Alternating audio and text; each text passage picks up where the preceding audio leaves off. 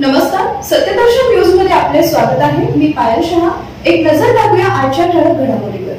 हवामान खात्याकडून सोलापूर जिल्ह्यासाठी रेड अलर्ट जारी।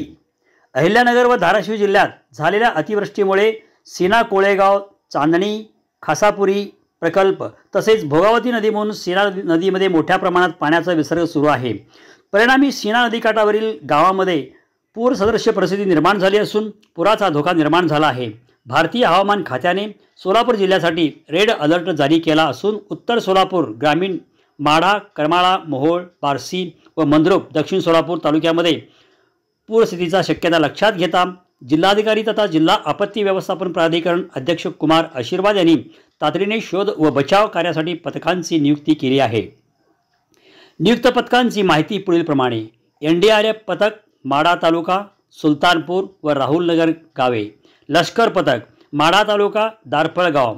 सदर पथकांनी संबंधित गावामध्ये शोध व बचाव कार्यासाठी समन्वय साधून काम करावे। तसेच तहसीलदाराकडून पूरस्थितीची अद्ययावत माहिती घेऊन आवश्यक उपाययोजना कराव्यात। पुढील ठिकाणांची नियुक्ती जिल्हाधिकारी यांच्या सूचनेनुसार वेळोवेळी करण्यात येईल। सोलापूर जिल्ह्यात शोध व बचाव कार्यासाठी सैन्याची आवश्यकता आहे, म्हणूनच याच पार्श्वभूमीवर भारतीय सैन्याची एक टीम शोध आणि बचाव कार्यात मदत करण्यासाठी सोलापूर जिल्ह्यात पाठवावी अशी विनंती जिल्हाधिकारी कुमार आशीर्वाद यांनी आर्मीच्या दक्षिण महाराष्ट्र आणि गोवा विभागाचे जनरल ऑफिसर कमांडिंग GOC मुख्यालय यांना केली होती। त्यानुसार भारतीय सैन्याचे पथक येत आहे।